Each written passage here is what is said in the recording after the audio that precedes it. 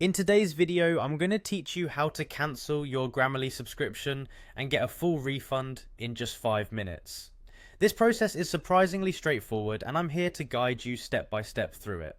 Whether you're looking to try out a different subscription or simply want to save some money, this tutorial will cover everything you need to know.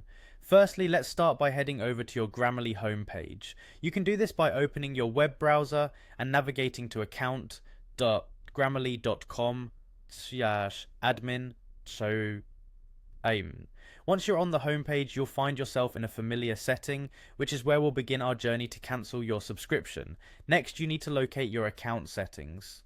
On the Grammarly homepage, look towards the top right corner. You'll see your profile icon, which is usually represented by your initials or profile picture. Click on this icon to proceed to your account settings. This will give you access to everything you need to manage your Grammarly account. After accessing your account settings, you'll see the option labeled Account in the drop-down menu.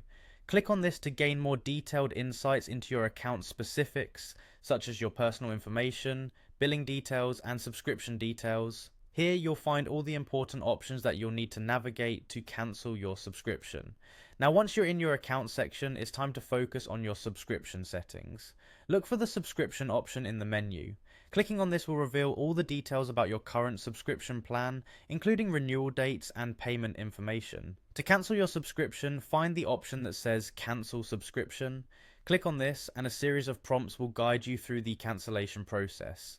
It's essential to follow these prompts carefully to ensure that your subscription is cancelled correctly.